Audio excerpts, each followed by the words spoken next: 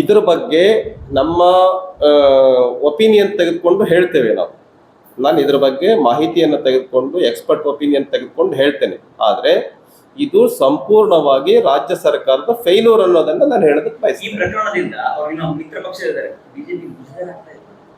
ನೋಡಿ, ಇದು ಈ ಘಟನೆ ನಾನು ಸ್ಪಷ್ಟವಾಗಿ ನನ್ನ ಒಪಿನಿಯನ್ ಹೇಳ್ತೇನೆ.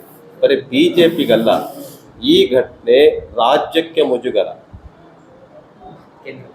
ಮನೆಗೆ ಮುಜುಗರ. ಇದು ಹೇಳ್ತೀನಿ, ಇದಾಗಬಾರ್ದಾಗಿತ್ತು. ಈ ಘಟನೆ ಯಾರಿಗೂ ಖುಷಿ ಕೊಡ್ತಕ್ಕಂಥದ್ದಲ್ಲ.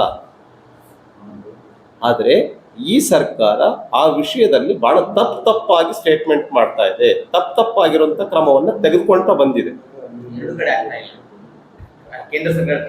ಕೇಂದ್ರ ಸರ್ಕಾರದ್ದು ಏನ್ ಬೇಕು ಸಹಾಯ ಅನ್ನುವಂಥದ್ದನ್ನ ಕೇಳಲಿ ಹೋಗಿ.